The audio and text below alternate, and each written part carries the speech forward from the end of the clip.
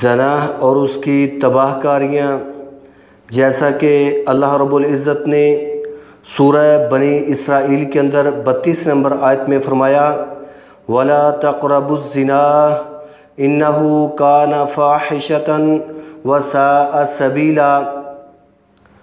محترم بھائیوں، بہنوں، دوستوں، بزرگوں، آج کے خطبہ جمعہ کے اندر انشاءاللہ تعالی زنا کی حرمت، زنا کے دنیا کے اندر کیا کیا نقصان ہوں گے، زنا کے آخرت کے اندر کیا نقصان ہوں گے، لواطت کی سنگینی، مثلاً باہم مرد آپس کے اندر لوط علیہ السلام کی قوم جیسا عمل جو کریں گے، آگے جا کر مکمل اس کی میں ڈیٹیل بیان کروں گا۔ زنا سے بچنے والے اللہ کے بندے جیسا کہ یوسف علیہ السلام تھے، یہ بھی زنا سے بچنے کے لیے انہوں نے قید کے اندر بھی رہنا پسند کیا، اور اس کے علاوہ صحابہ کرام رضوان اللہ علیہ اجمعین نے نبی صلی اللہ علیہ وسلم سے خصی ہونے کے بارے میں بھی مشورہ کیا تھا کہ زنا سے بچا جائے، اور یہ بھی انشاءاللہ میں لاسٹ میں بیان کروں گا۔ زنا سے توبہ مگر کیسے کی جائے، یہ ساری کی ساری ڈیٹیل انشاءاللہ تعالی میں بیان کروں گا۔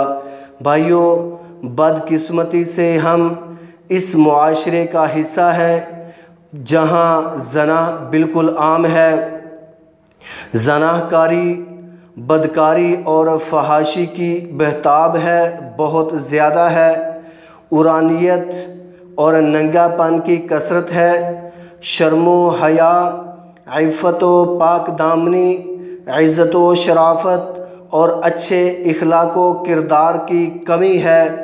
آئے روز خبریں ٹی وی سکرین پر عیاں ہوتی ہیں کہ فلاں علاقے میں کسی بچے کے ساتھ ریپ ہو گیا، فلاں جگہ کسی کے ساتھ جنسی زیادتی کی گئی اور بعد میں اسے قتل کر دیا گیا، فلاں جگہ کسی سے اجتماعی زیادتی ہوئی اور بعد میں متاثرہ خاتون کو قتل کر دیا گیا، اور ہمارے چمن کی چھوٹی چھوٹی کلیاں تک محفوظ نہیں رہیں کہ جن کے ساتھ جنسی درندگی کرنے والے دن بدن بڑھتے جا رہے ہیں۔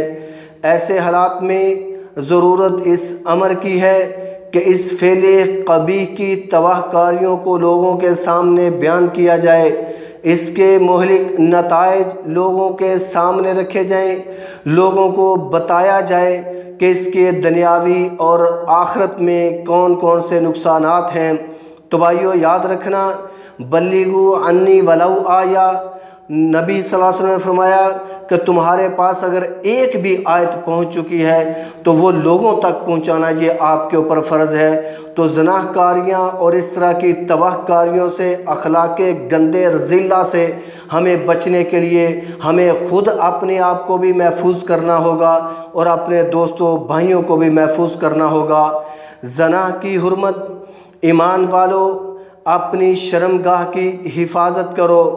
زنا سے دور رکھنے کے لیے اللہ تعالیٰ نے ایماندار مردوں اور عورتوں کو اپنی شرمگاہوں کی حفاظت کرنے کا حکم ارشاد فرمایا، جیسا کہ اللہ تعالیٰ نے سورۃ نور کے اندر 30 نمبر اور 31 آیت کے اندر فرمایا قُلْ لِلْمُؤْمِنِينَ يَغُضُّوا مِنْ أَبْصَارِهِمْ وَيَحْفَظُوا فُرُوجَهُمْ ذَلِكَ أَزْكَىٰ لَهُمْ إِنَّ اللَّهَ خَبِيرٌ بِمَا يَصْنَعُونَ۔ یہ سورۃ نور کی 30 نمبر آیت ہے۔ اے ایمان والے مردوں سے کہہ دیجئے، اے محمد صلی اللہ علیہ وسلم ایمان والے مردوں سے کہہ دیجئے کہ وہ اپنی نگاہوں کو نیچے رکھیں اور اپنی شرمگاہوں کی حفاظت کریں، یہ ان کے لیے زیادہ پاکیزہ ہے۔ بلا شبہ اللہ تعالیٰ ان سے پوری طرح باخبر ہیں جو وہ کرتے ہیں۔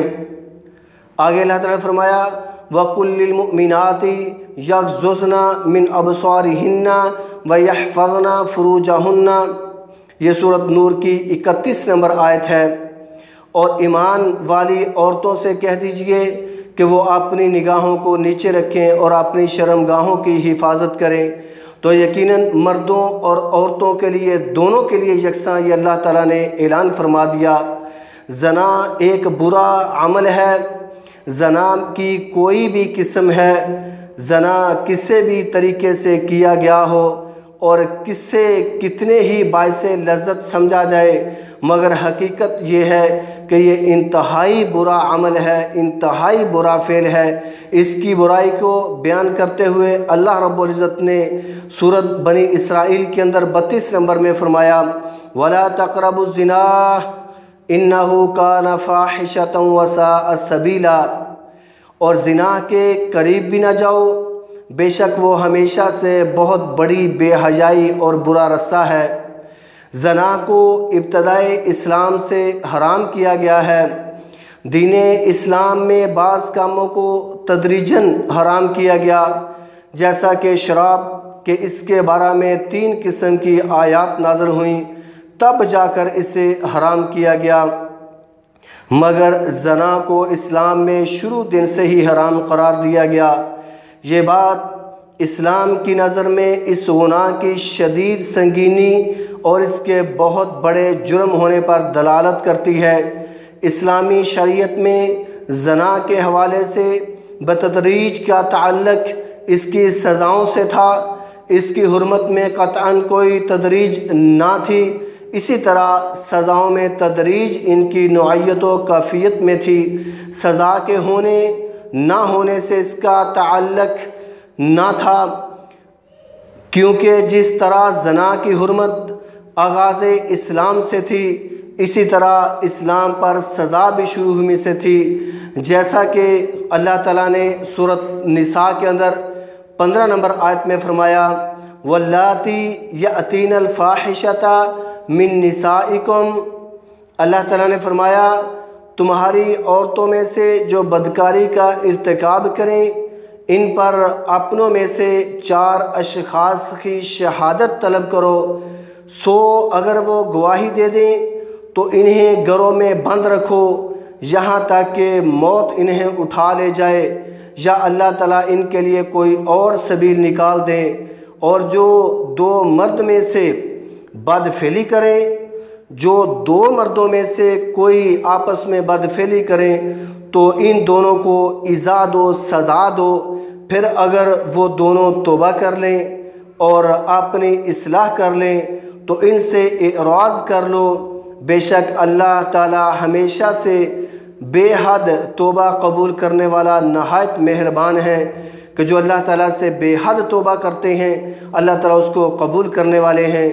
زنا کبیرہ گناہوں سے گناہ ہے، زنا کبیرہ گناہوں میں سے ایک گناہ ہے، کبیرہ گناہوں میں سے ہے کہ انسان زنا کا ارتکاب کرے، اللہ کی نافرمانی کرتے ہوئے اپنی جنسی خواہشات کا اظہار غیر عورت کے ساتھ کرے۔ ایسے آدمی کے لیے اللہ تعالیٰ کی مستقل ناراضگی کے ساتھ ساتھ دردناک قسم کا عذاب بھی ہے۔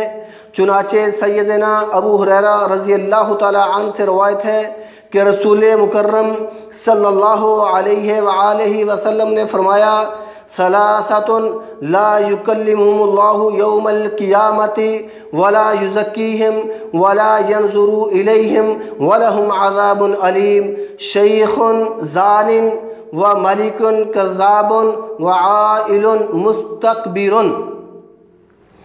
3 قسم کے لوگ ہیں، نہ اللہ تعالیٰ ان کے ساتھ گفتگو کرے گا اور نہ انہیں گناہوں سے پاک کرے گا، اور نہ ہی ان کی طرف اللہ تعالیٰ دیکھے گا، اور ان کے لیے دردناک قسم کا عذاب ہوگا۔ وہ کون سے 3 بندے ہوں گے؟ یہ صحیح مسلم کے اندر 107 نمبر روایت ہے۔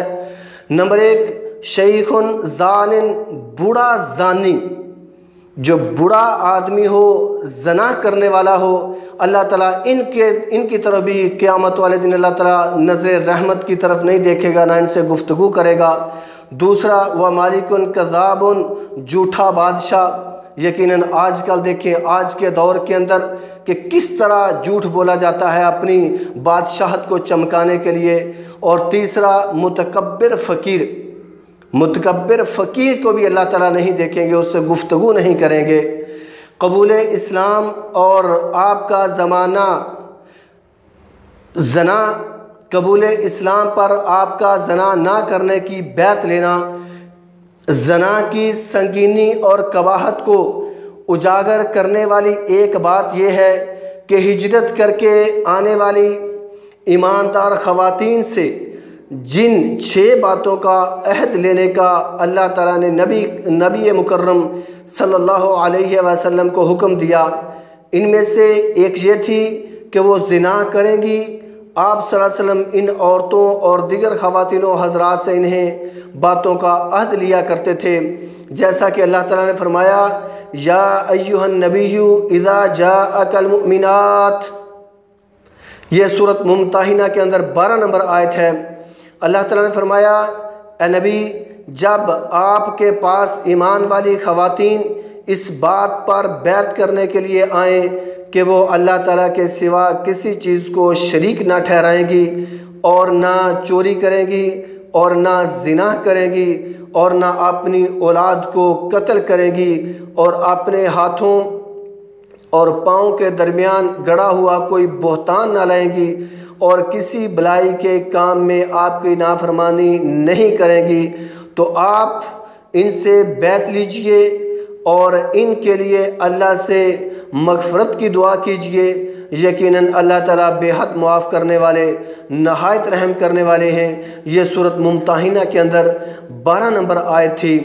اسی طرح سیدنا عبادہ بن صامت رضی اللہ تعالیٰ عنہ سے روایت ہے کہ رسول مکرم صلی اللہ علیہ وآلہ وسلم کے گرد آپ کے صحابہ کی ایک جماعت تھی، تو آپ صلی اللہ علیہ وآلہ وسلم نے ارشاد فرمایا، یہ صحیح بخاری کے اندر روایت ہے، 5288 نمبر حدیث ہے، کہ تم اس بات پر میری بیعت کرو گے کہ تم اللہ تعالیٰ کے ساتھ کسی چیز کو شریک نہیں ٹھہراؤ گے، اور نہ چوری کرو گے، اور نہ زنا کرو گے، اور نہ اپنی اولاد کو قتل کرو گے، اور نہ اپنے ہاتھوں اور قدموں کے درمیان یعنی اپنی طرف سے بہتان باندھو گے، اور نہ بلائی کی بات میں میری نافرمانی کرو گے۔ یہ صحیح بخاری کے الفاظ تھے۔ تو محترم بھائیوں اور بہنوں، زنا کی دنیا کے اندر کون کون سی سزائیں ہیں؟ کیا اللہ تعالیٰ نے اس کے بارے میں ہمیں کس چیزوں سے منع کیا، یا سزائیں کون سی ہیں؟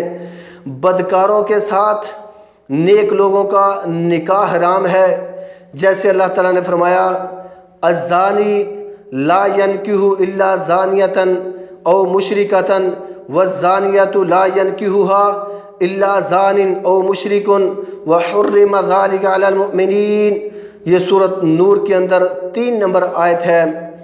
بدکار مرد نکاح نہیں کرتا مگر بدکار عورت سے، یا کسی شرک کرنے والی عورت سے، اور بدکار عورت سے نکاح نہیں کرتا مگر زانی یا مشرک، اور اسے یعنی بدکار لوگوں سے نکاح اہل ایمان پر حرام کر دیا گیا ہے۔ بدکار مردوں اور عورتوں کا جرم کس قدر سنگین ہے، ان پر اللہ تعالیٰ کی ناراضگی اور غضب کس قدر شدید ہے۔ اے اہل ایمان سے ان کے تعلق توڑنے کا اعلان کر دیا گیا۔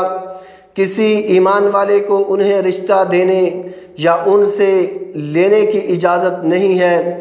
زنا کی گواہی ناقابل قبول ہے۔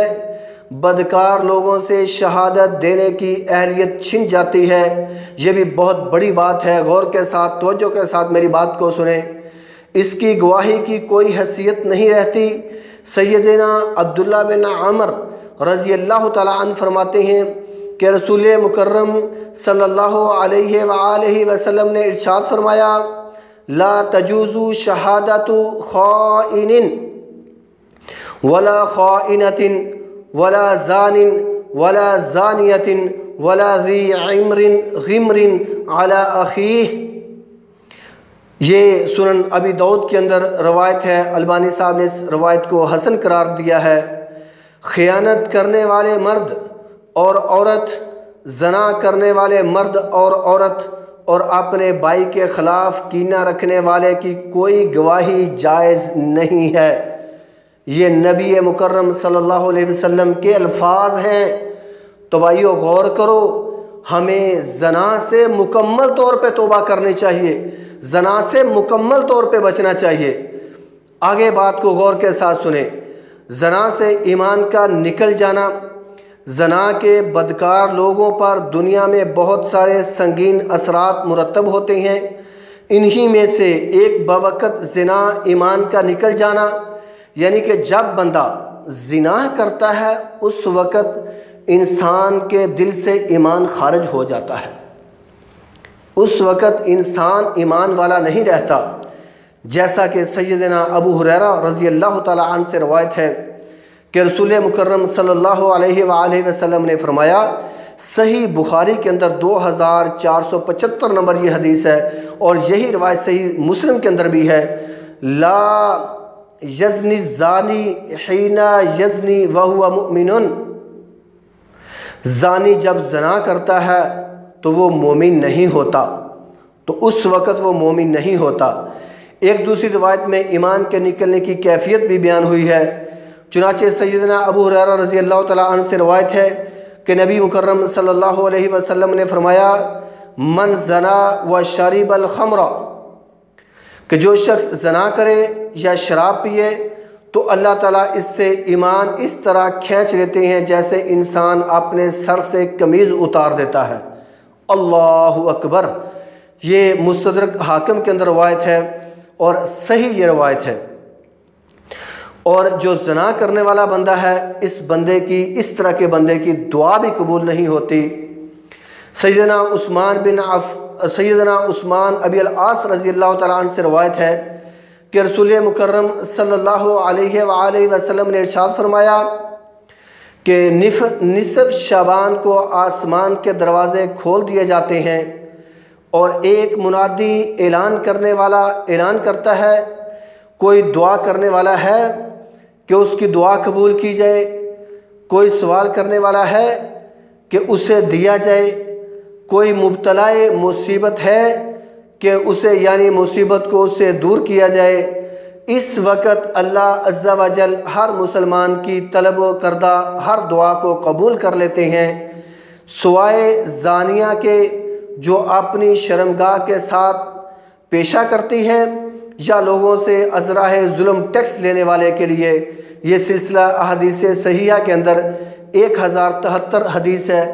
تو یاد رکھو، زنا کے ساتھ ساتھ ایک اور بھی بات کو یاد رکھ لینا کہ یہ جو لوگ ٹیکس لیتے ہیں نا، فضول میں ٹیکس لیتے ہیں، روڈوں کے اوپر کھڑے ہو جاتے ہیں، جگہ گیری ٹیکس لینا شروع کر دیتے ہیں، یقین کرو یہ بھی برے گندے ترین لوگ ہیں۔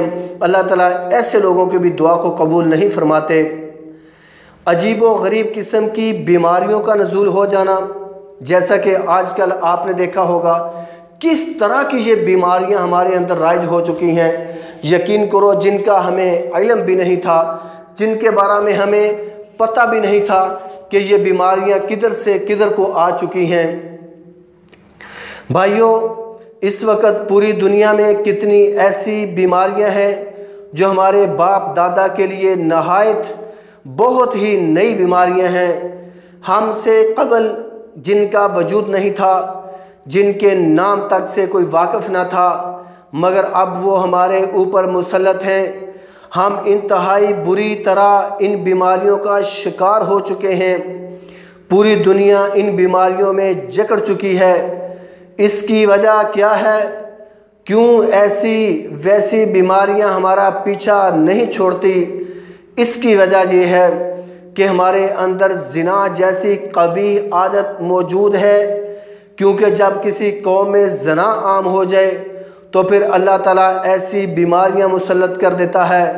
چنانچہ سیدنا عبداللہ بن عمر رضی اللہ تعالیٰ عنہ فرماتے ہیں کہ رسول اللہ صلی اللہ علیہ وسلم ہماری طرف متوجہ ہوئے اور فرمانے لگے، یا معاشر المہاجرین خمس اذا ابتلیتم بہن، کہ اے گروہ مہاجرین، جب تم 5 باتوں میں مبتلا کیے جاؤ، اور میں اللہ تعالیٰ کی پناہ طلب کرتا ہوں کہ تم انہیں پاؤ، کسی قوم میں بھی زنا عام نہیں ہوتا یہاں تک کہ وہ اپنے اسے اعلانیہ، مگر اس میں طاعون اور ایسی بیماریاں پھیل جاتی ہیں جو کہ ان کے پہلے لوگوں میں نہیں تھیں۔ افسوس کہ انسانی معاشروں کی ایک بڑی تعداد میں بدکاری کا چلن ہوا، اور اس کے ساتھ ہی ایسی جنسی اور دیگر امراض کا طوفان آیا کہ اس سے پہلے ان کا کہیں نام و نشان نہ تھا۔ کاش لوگ انسانیت کے عظیم ترین محسن رحمت للعالمین کی یہ جو باتیں ہیں، جو تنبیہ ہے، اس کی طرف توجہ کریں۔ یہ سنن ابن ماجہ کے اندر روایت ہے، 4019 نمبر روایت ہے، اور البانی صاحب نے اس کو حسن قرار دیا ہے۔ تو بھائیو یاد رکھ لو، یہ کرونا جیسی وبا یقین کرو جس نے پوری دنیا کو جکڑ کے رکھ دیا، حتیٰ کہ خانہ کعبہ کے اندر بھی لوگ نہیں جا سکتے، وہ بھی 1 سال مکمل طور پہ بند رہا تھا، تو کچھ چند لوگوں نے اس میں حج کیا۔ اس سال 2021 میں صرف 65,000 لوگوں کو دوسرے ممالک، سعودی عرب کے علاوہ دوسرے ممالک سے بلانے کے لیے کہا گیا ہے۔ تو کیا یہ اللہ کی ناراضگی نہیں ہے؟ کیا یہ زنا کی عام کاریاں نہیں ہیں؟ اللہ تعالی ہم کو محفوظ رکھے۔ عذاب الہی کا نزول، زنا اتنا سنگین جرم ہے کہ یہ دنیا میں اللہ کے عذاب کو دعوت دیتا ہے۔ جس قوم میں زنا عام ہو جائے، کثرت سے زنا ہونا شروع ہو جائے، ایسی قوم کے لیے کوئی بعید نہیں کہ اللہ ان کے اوپر کسی بھی طرح کا عذاب مسلط کر دے۔ چنانچہ سیدنا ابن عباس رضی اللہ تعالیٰ عنہ سے روایت ہے کہ رسول اللہ صلی اللہ علیہ وآلہ وسلم نے فرمایا، اذا ظہر الزنا، جب کسی بستی میں زنا اور سود عام ہو جائے تو یقیناً انہیں یعنی بستی والوں نے اپنی جانوں کو اللہ کے عذاب کے لیے پیش کر دیا۔ یہ صحیح مستدرک حاکم کے اندر روایت ہے، اور یہ روایت بھی صحیح ہے، 2261 نمبر یہ روایت تھی۔ اسی طرح سیدنا زینب بنت جحش رضی اللہ تعالی عنہا فرماتی ہیں کہ میں نے رسول اکرم صلی اللہ علیہ وآلہ وسلم سے پوچھا کہ کیا نیک لوگوں کے اپنے درمیان ہوتے ہوئے بھی ہم ہلاک ہو جائیں گے؟ اتہلک وفینا الصالحون، کیا نیک لوگوں کے اپنے درمیان ہوتے ہوئے بھی ہم ہلاک ہو جائیں گے؟ آپ صلی اللہ علیہ وسلم نے فرمایا، نعم اذا کثر الخبث، ہاں جب بدکاری زیادہ ہو جائے گی۔ نعم اذا کثر الخبث، یہ صحیح بخاری کے الفاظ ہیں، 3346 نمبر روایت تھی۔ شادی شدہ بدکار کے لیے رجم کی سزا، کہ جو بندہ شادی شدہ ہوگا، آدمی یا عورت اگر زنا کرے تو اس کی سزا یہ ہے کہ اسے رجم کر کے قتل کر دیا جائے۔ چنانچہ سیدنا عبداللہ بن مسعود رضی اللہ تعالیٰ عنہ سے روایت ہے کہ رسول اللہ صلی اللہ علیہ وآلہ وسلم نے فرمایا کہ اللہ تعالیٰ کے سوا کسی کے معبود نہ ہونے اور یقینی طور پر میرے اللہ تعالیٰ کا رسول ہونے کی گواہی دینے والے مسلمان شخص کا خون 3 میں سے کسی ایک صورت کے علاوہ حلال نہیں ہے: جان کے بدلے جان، اور شادی شدہ زنا کرنے والا، اور اپنا دین ترک کرنے اور جماعت چھوڑنے والا بندہ۔ یہ صحیح بخاری شریف کے اندر اور صحیح مسلم کے اندر ہے کہ جو شادی شدہ بدکار کے لیے رجم سزا ہوتی ہے، غیر شادی شدہ کے لیے 100 کوڑوں کی سزا ہے۔ اللہ تعالیٰ نے ارشاد فرمایا، الزانیۃ والزانی فاجلدوا کل واحد منہما 100 جلدۃ ولا تأخذکم بہما رأفۃ فی دین اللہ ان کنتم تؤمنون باللہ والیوم الآخر۔ یہ سورۃ نور کے اندر 2 نمبر آیت ہے۔ زنا کرنے والی عورت اور زنا کرنے والا مرد، سو ان دونوں میں سے ہر ایک کو تم 100 کوڑے مارو، اور اگر تم اللہ تعالیٰ اور آخرت کے دن پر ایمان رکھتے ہو تو تمہیں ان پر اللہ کے دین کے معاملے میں ترس نہ آئے۔ یقیناً جب بھی کوئی زنا کرنے والا بندہ ہو، وہ غیر شادی شدہ ہو، تو نبی اللہ تعالیٰ نے فرما دیا تو اس کے اوپر پھر ترس نہیں کھانا، اس کو 100 کوڑے مارنے ہیں۔ روایات میں ایسے آدمی کے لیے 100 کوڑوں کے ساتھ جلا وطنی کا بھی ذکر ہے، جیسا کہ اسی طرح سیدنا عبیدہ بن صامت رضی اللہ تعالیٰ عنہ سے روایت ہے کہ رسول اللہ صلی اللہ علیہ وسلم نے فرمایا البکر بالبکری جلد مئاتی و نفی سنہ، غیر شادی شدہ کے ساتھ بدکاری کرے تو 100 کوڑے اور 1 سال کے لیے جلا وطنی ہے۔ یہ صحیح مسلم کے اندر 1690 نمبر حدیث ہے۔ زنا کی آخرت میں کیا کیا سزائیں ہیں، یہ جو میں نے ابھی بیان کی یہ تو دنیا کے اندر سزائیں ہیں کہ دنیا کے اندر شادی شدہ، غیر شادی شدہ اور اس طرح کے بندوں کو کس طرح کی سزا دی جائے گی۔ اور اب جو زنا کی سزائیں آخرت کے اندر ہیں اس کے بارے میں اللہ تعالیٰ نے کیا فرماتے ہیں؟ جہنم میں سخت قسم کا عذاب ہوگا ایسے بندوں کے لیے۔ بدکار لوگ اگر دنیا میں عذاب سے بچ جائیں اور توبہ کیے بغیر مر جائیں تو ان کے لیے آخرت میں متعدد اقسام کے انتہائی دردناک عذاب ہیں، بہت ان کے لیے اپنا عذاب ہیں۔ مختلف اقسام کے بدکاروں کو عمومی عذاب کے ساتھ ملنے والے خصوصی عذابوں کو احادیث میں بیان کیا گیا ہے۔ ایسی چند روایات آپ کی خدمت میں پیش کرنا چاہتا ہوں۔ میری بات کو بھائیوں اور بہنوں غور کے ساتھ سنیں اور میری اس طرح کی باتوں کو آپ دوسرے بھائیوں تک بھی پہنچا دیا کریں۔ اس بارے میں جو آخرت میں عذاب ہوگا زنا کا، پہلی حدیث صحیح بخاری میں سیدنا سمرہ بن جندب رضی اللہ تعالیٰ عنہ کی ایک طویل حدیث ہے جس میں وہ رسول اللہ صلی اللہ علیہ وسلم کے خواب کا تذکرہ فرماتے ہیں۔ اس میں ہے کہ خواب میں میں نے اور جبرائیل علیہ السلام ایک تندور جیسی چیز پر آئے، اس میں شور و غل کی آواز تھی۔ ہم نے جان کر دیکھا تو اس میں ننگے مرد اللہ اکبر اور ننگی عورتیں تھیں۔ جب ان کے پاس نیچے سے آگ کا شعلہ آتا تو وہ جلانے لگتے۔ میں نے ان دونوں سے پوچھا یہ کون ہے؟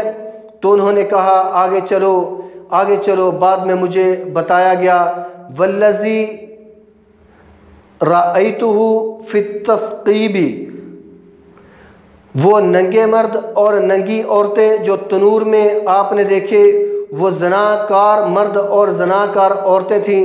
یہ صحیح بخاری کے اندر الفاظ ہیں۔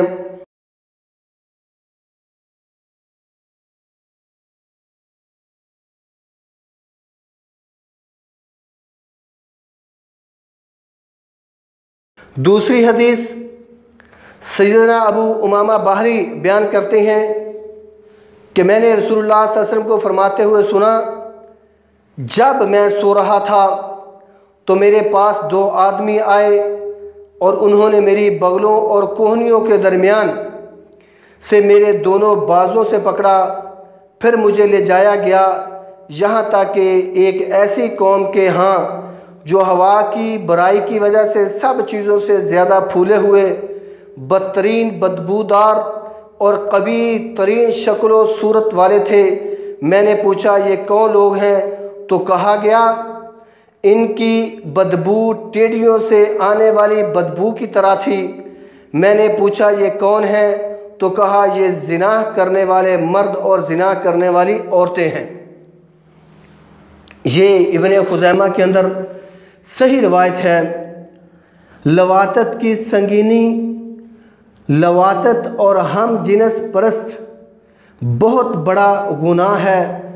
اب ایک اور طرف میں آپ کی توجہ مبذول کروا دینا چاہتا ہوں جو کہ پچھلے دنوں میں مفتی عزیز الرحمان صاحب کے بارے میں جس طرح بڑی سوشل میڈیا کے اوپر بھی بات ہوئی، تو بھائیو یاد رکھ لینا یہ بات کو آپ نے انتہائی غور کے ساتھ سننا ہے۔ بہت یہ بات سننے والی ہے قوم لوط علیہ السلام کی، قوم کی لوط علیہ السلام کی جو قوم لوط کام کیا کرتی تھی، اس کے بارے میں یہ ایسا گناہ ہے کہ اس گناہ کی مرتکب قوم کو اللہ تعالیٰ نے سخت قسم کے عذاب سے دوچار کیا۔ قرآن مجید میں اللہ تعالیٰ نے ان کا تذکرہ یوں فرمایا ہے وَلُوطًا اِذْ قَالَ لِقَوْمِهِ أَتَأْتُونَ الْفَاحِشَةَ مَا سَبَقَكُمْ بِهَا من احد من العالمین۔ یہ سورۃ اعراف کے اندر 80 نمبر آیت ہے، 80 اور 84 نمبر آیت کا میں آپ کے سامنے ترجمہ کرتا ہوں۔ اور لوط کو بھیجا جب اس نے اپنی قوم سے کہا کہ کیا تم ایسی بے حیائی کرتے ہو کہ تم سے پہلے اس جہان میں کسی نے نہیں کیا، بے شک تم عورتوں کو چھوڑ کر مردوں سے شہوت رانی کرتے ہو، بلکہ تم حد سے بڑھنے والے ہو۔ اور اس کی قوم نے کوئی جواب نہیں دیا مگر یہی کہا کہ انہیں اپنے شہر سے نکال دو، یہ لوگ بہت ہی پاکیزہ بننا چاہتے ہیں، مگر ہم نے اسے اور اس کے گھر والوں کو سوائے اس کی بیوی کے بچا لیا کہ وہ وہاں رہنے والوں میں رہ گئی، اور ہم نے ان پر می برسایا، پھر دیکھو گناہ گاروں کا کیا انجام ہوا۔ ایک دوسرے مقام پر اللہ تعالیٰ نے فرمایا کہ یہ سورۃ ہجر کے اندر 72 اور 75 نمبر آیت ہے، اس کا ترجمہ تیری جان کی قسم ہے وہ اپنی مستی میں اندھے ہو رہے تھے، پھر دن نکلتے ہی انہیں ہولناک آواز نے آ لیا، پھر ہم نے ان بستیوں کو زیر و زبر کر دیا اور ان پر کنکر کے پتھر برسائے، بے شک اس واقعہ میں اہل بصیرت کے لیے نشانیاں ہیں۔ اسی طرح رسول اللہ صلی اللہ علیہ وسلم نے بھی ایسے فعل کا ارتکاب کرنے والوں کے لیے کڑے احکامات بیان کیے ہیں، چند ایک میں پیش کرتا ہوں۔ امت میں لواطت کے ہونے کا خدشہ۔ عمل قوم لوط کے بارے میں رسول اللہ صلی اللہ علیہ وآلہ وسلم کو خطرہ تھا کہ کہیں یہ عمل قبیح میری امت میں نہ آ جائے، چنانچہ سیدنا جابر بن عبداللہ رضی اللہ تعالیٰ عنہ سے روایت ہے کہ رسول اللہ صلی اللہ علیہ وآلہ وسلم نے فرمایا ان اخوف ما اخاف علی امتی عمل القوم لوط، کہ مجھے تم پر قوم لوط والے عمل کا سب سے زیادہ خوف ہے۔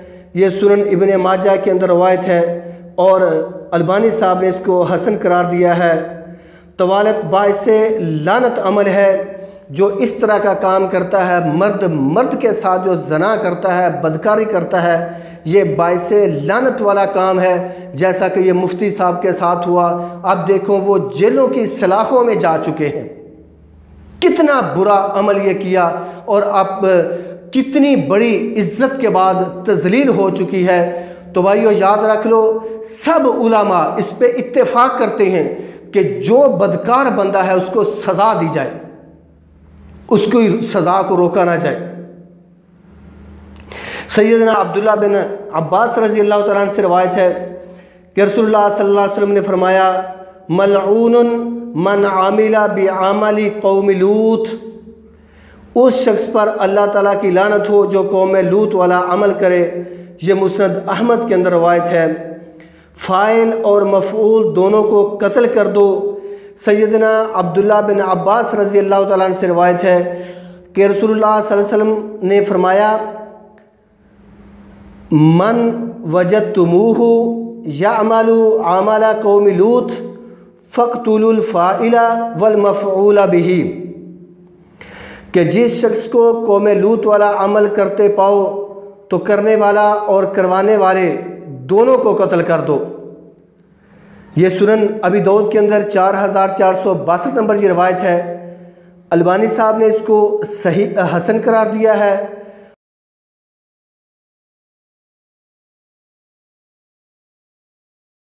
ایسے آدمی کو رجم کرنا اگرچہ رسول اللہ صلی اللہ علیہ وسلم سے ثابت نہیں ہے، البتہ ابن عباس، ابو ہریرہ رضی اللہ تعالیٰ عنہ اور سیدنا علی رضی اللہ تعالیٰ عنہ ان کے قاتل کے قائل ہیں۔ شافعی بھی یہی کہتے ہیں کہ وہ شادی شدہ ہوں یا غیر شادی شدہ انہیں رجم کیا جائے گا، اور بہقی نے صحیح سند سے ابن عباس رضی اللہ تعالیٰ عنہ سے روایت کی ہے کہ ان سے اغلاظ بازی کرنے والوں کے بارے میں پوچھا گیا تو آپ صلی اللہ علیہ وسلم نے فرمایا سب سے اونچے مکان سے اوندا کر کے گرا دیا جائے، پھر پتھروں سے کچلا جائے۔ اللہ اکبر، اللہ اکبر۔ اغلاظ بازی متفقہ طور پر حرام اور کبیرہ گناہ ہے، لیکن اس کی سزا کے بارے میں علماء کے درمیان اختلاف۔ اوپر بعض صحابہ کا مذکور ہوا کہ اس کی سزا قتل ہے، چاہے وہ غیر شادی شدہ ہو یا شادی شدہ ہو، اور فاعل اور مفعول دونوں اس سزا میں برابر کے شریک ہیں۔ اسی کی تفصیل آپ روضۃ الندیہ کے اندر بھی جلد نمبر 3 میں دیکھ سکتے ہیں۔ زنا سے بچنے والے اللہ کے بندے، جو اللہ کے نیک بندے ہیں، جو اس قبیح کام سے بچتے ہیں، اب ان کے بارے میں تذکرہ کرتا ہوں۔ زنا کی قباحت اس بات سے بھی واضح ہوتی ہے کہ سلیم الفطرت لوگ ہمیشہ سے اسے سنگین برائی سمجھتے تھے۔ وہ اس گناہ سے آلودہ ہونے پر جیل جانے اور مردانہ صلاحیت ختم کرنے کی صلاحیت کو ترجیح دیتے ہیں۔ اس گناہ کی تہمت سے شدید متاثر ہوتے ہیں، بلکہ اس سے پہلے ہی مر مٹنے کی خواہش کرتے تھے۔ توفیق الہی سے انشاءاللہ تعالی میں چند واقعات میں پیش کرتا ہوں آپ کے سامنے۔ جب دعوت برائی پر جیل کو برداشت کر لیا، دیکھیں جب برائی کی دعوت دی گئی تھی لیکن برائی کو قبول نہیں کیا بلکہ جیل کو قبول کر لیا، تو یہ کون تھے؟ مصر کی خاتون اول حضرت یوسف علیہ السلام کو بڑی شدت، زور اور اصرار سے دعوت برائی دیتی رہی۔ سیدنا یوسف علیہ السلام اپنے دامن کو توفیق الہی سے اس گناہ کی آلودگی سے بچاتے رہے۔ بالآخر عورت نے بصورت انکار آہنی سلاخوں کے پیچھے پھنکوا دینے کی دھمکی بھی دے دی ان کو، جیسا کہ سورہ یوسف کے اندر 32 نمبر آیت میں اللہ تعالیٰ نے فرمایا، قالت فذلکن الذی لمتننی فیہ ولقد راودتہ عن نفسہ فاستعصم ولئن لم یفعل ما آمرہ لیسجنن۔ تو بھائیو، یہ سورہ یوسف 32 اور 33 نمبر آیت کا میں ترجمہ آپ کے سامنے پیش کرتا ہوں۔ اس عورت نے کہا، سو وہ یہ ہے جس کے بارے میں تم نے مجھے ملامت کی تھی، اور بلا شبہ واقعی میں نے اسے اس کے نفس سے پھسلایا، مگر یہ صاف بچ نکلا۔ میں اسے جو حکم دیتی اگر اس نے وہ نہ کیا تو وہ ضرور قید کیا جائے گا اور وہ ضرور ہی ذلیل ہونے والوں میں سے ہوگا۔ انہوں یوسف علیہ السلام نے کہا، یعنی دعا کی، اے میرے رب، جس کی طرف یہ عورتیں مجھے دعوت دے رہی ہیں، مجھے قید خانے سے زیادہ محبوب ہے، مجھے قید اس سے زیادہ محبوب ہے، اور اگر آپ نے مجھ سے ان کا فریب دور نہ کیا تو میں ان کی طرف مائل ہو جاؤں گا اور جہلوں سے ہو جاؤں گا۔ وہ تہمت زنا سے پہلے مرنے کی تمنا کرنے لگے۔ اللہ اکبر۔ اس کے بعد دیکھیں، سیدنا مریم علیہ السلام کسی مرد کو چھوئے بغیر حکم الہی سے حاملہ ہو گئیں۔ قوم کی جانب سے برائی کرنے کے بہتان کے اندیشہ سے طاری ہونے والی کیفیت و حالت میں انہوں نے جو کہا، اللہ تعالیٰ نے اسے قرآن کریم میں محفوظ کر دیا، جیسا کہ سورہ مریم کے اندر 22 نمبر اور 23 نمبر آیت میں اللہ تعالیٰ نے فرمایا، فَحَمَلَتْهُ فَانْتَبَذَتْ بِهِ مَكَانًا قَصِيًّا فَأَجَاءَهَا الْمَخَاضُ إِلَى جِذْعِ النَّخْلَةِ قَالَتْ يَا لَيْتَنِي مِتُّ قَبْلَ هَذَا وَكُنْتُ نَسْيًّا مَنْسِيًّا۔ پس وہ اس لڑکے کے ساتھ حاملہ ہو گئی تو اسے لے کر ایک دور جگہ میں الگ چلی گئیں۔ پھر درد ذیل اسے کھجور کے تنے کی طرف لے آیا، کہنے لگی، اے کاش میں اس سے پہلے مر جاتی اور بری بصری ہوتی۔ اللہ کی قسم پر تو زمانہ جاہلیت میں بھی زنا کی تہمت نہ لگی۔ سیدنا ابو بکر رضی اللہ تعالیٰ عنہ کہ زمانہ جاہلیت کے اندر بھی ان کے اوپر تہمت زنا نہ لگی تھی، لیکن سیدنا عائشہ رضی اللہ تعالیٰ عنہا پر جب تہمت باندھا گیا تو سیدنا ابو بکر صدیق رضی اللہ تعالیٰ عنہ نے فرمایا واللہ ما قیل لنا ھذا فی الجاہلیۃ فکیف بعد اذ اعزنا اللہ بالاسلام۔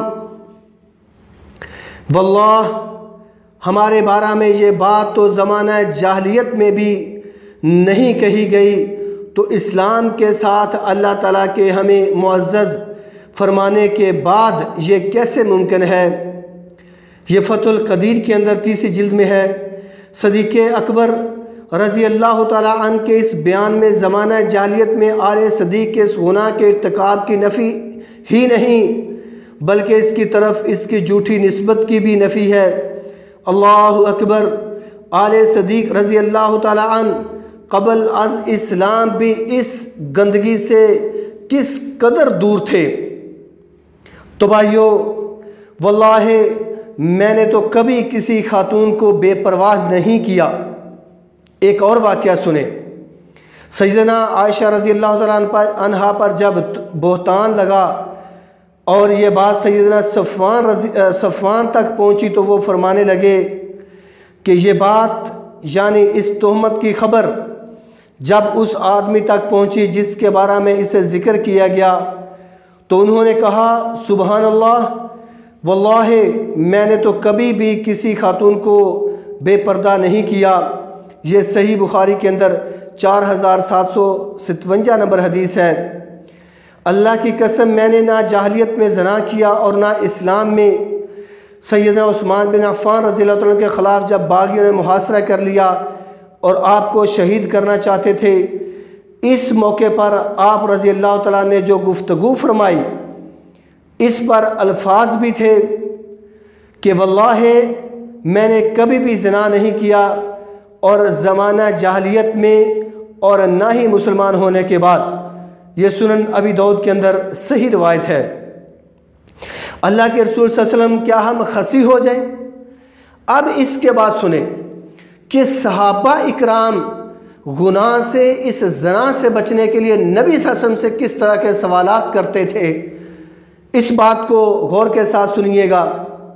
اندیشہ زنا کے سبب بعض صحابہ اکرام کا خسی ہونے کی اجازت طلب کرنا، اس بارے میں 2 روایات ہیں۔ پہلی روایت سیدنا ابو ہریرہ رضی اللہ تعالیٰ نے رسول اللہ صلی اللہ علیہ وسلم کو فرماتے ہوئے سنا کہ میں نے عرض کی اے اللہ کے رسول، بلا شبہ میں جوان آدمی ہوں اور مجھے اپنے بارے میں زنا میں مبتلا ہونے کا خدشہ رہتا ہے اور اس میں اپنے پاس ایسی چیز نہیں پاتا جس کے ساتھ میں خواتین سے شادی کر سکوں۔ آپ صلی اللہ علیہ وآلہ وسلم میرے جواب میں خاموش رہے تو میں نے پھر وہی بات دہرائی۔ آپ صلی اللہ علیہ وسلم میرے جواب میں خاموش رہے تو میں نے پھر وہی بات دہرائی۔ آپ صلی اللہ علیہ وسلم میرے جواب میں خاموش رہے تو میں نے پھر وہی بات دہرائی۔ پھر آپ صلی اللہ علیہ وسلم نے پھر میں نے وہی بات دہرائی تو آپ صلی اللہ علیہ وسلم نے فرمایا اے ابو ہریرہ، جو کچھ تم کرو گے اسے لوہے محفوظ میں لکھ کر قلم خشک ہو چکا ہے، سو اب تم خسی ہو جاؤ یا نہ ہو۔ صحیح بخاری کے اندر کے یہ الفاظ تھے۔ دوسری روایت سیدنا عبداللہ رضی اللہ تعالیٰ عنہ فرماتے ہیں کہ ہم رسول اللہ صلی اللہ علیہ وسلم کے ساتھ جہاد کے لیے جایا کرتے تھے اور ہمارے پاس کچھ بھی نہیں تھا کہ اس سے خرچ کر کے شادی کر لیتے، سو ہم نے عرض کیا کہ ہم خود کو خسی نہ کر لیں، تو آپ صلی اللہ علیہ وسلم نے فرمایا فنہانا عن ذالک، آپ صلی اللہ علیہ وسلم نے ہمیں اس سے منع فرما دیا۔ یہ بھی صحیح بخاری کے الفاظ ہیں، 5071 نمبر حدیث ہے۔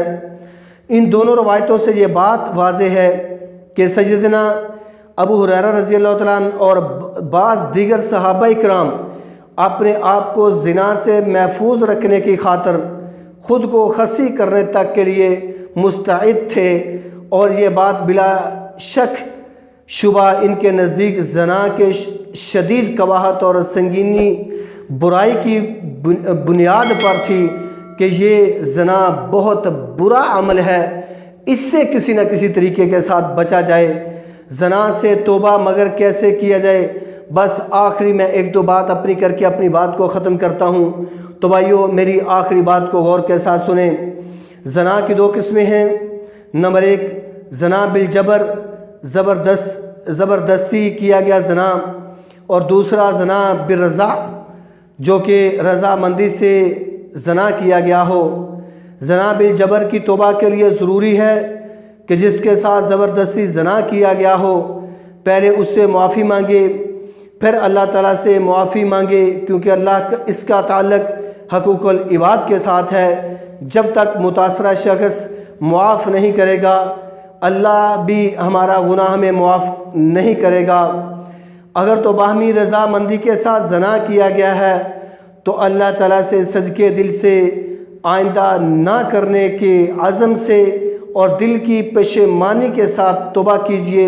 یقیناً شرک کے علاوہ اللہ تمام گناہوں کو بخشنے والا ہے۔ تو محترم بھائیوں، محترم دوستوں، محترم بزرگوں اور محترم میری بہنوں، یقیناً زنا سے ہمیں بچنا چاہیے۔ زنا کی یہ خرافات جو ہیں، یہ زنا کی جو بد صورتیں ہیں، اس سے مکمل طور پہ ہم کو بچ جانا چاہیے، کیونکہ زنا قبیح عمل ہے، زنا بہت برا عمل ہے۔ اس کی دنیا کے اندر بھی سزائیں ہیں اور اس کی آخرت کے اندر بھی سزائیں ہیں۔ اللہ تعالیٰ سے دعا کرتے ہیں، اے اللہ جو میں نے ان بھائیوں کو بتایا، اے اللہ مجھ کو اور ان بھائیوں کو سمجھنے کی توفیق عطا فرما، اور میرے دوستوں، میرے بھائیوں، میرے بزرگوں، یقیناً ایسی بات کو، ایسی گفتگو کو جو دین کے لحاظ سے بہت اچھی ہو، دینی لحاظ سے بہت اچھی ہوں باتیں، تو وہ اپنے دوسرے دوستوں تک پہنچا دینا چاہیے، کیونکہ بلغوا عنی ولو آیہ میں نے پہلے بھی بتایا تھا کہ ہمارے اوپر، ہر بندے کے اوپر اگر یہ فرض ہے کہ ان کے پاس ایک بھی آیت آ گئی تو اس کو آگے پہنچا دینا ضروری ہے۔ تو بھائیوں، میں نے مکمل ایک ڈیٹیل کے ساتھ یہ خطبہ کے اندر مکمل میں نے آپ کے سامنے یہ باتیں رکھ دی ہیں زنا کے متعلق۔ تو یا اللہ مجھ سمیت تمام بھائیوں کو اس زنا کی قبیح اور گندی عادتوں سے بچنے کی توفیق عطا فرما۔ مشت زنی، مرد کے ساتھ زنا کرنا، اس طرح کے کاموں سے بھی ہم کو بچنے کی توفیق عطا فرما۔ او بھائیوں، یاد رکھنا نبی صلی اللہ علیہ وسلم نے تو ادھر تک منع فرمایا ہے کہ کوئی عورت کسی عورت کی شرمگاہ کو نہ دیکھے، کوئی مرد کسی مرد کی شرمگاہ کو نہ دیکھے، تو پھر زنا تو بہت دور کی بات ہے۔ زنا اللہ تعالیٰ اس ایسی گندی عادات سے، ایسے گندے کاموں سے ہم سب کو بچائے۔ اے اللہ ہم سب کو صحیح معنوں میں عمل کرنے والا پکا اور سچا مسلمان مومن بنا دے۔ وآخر دعوانا والحمدللہ رب العالمین۔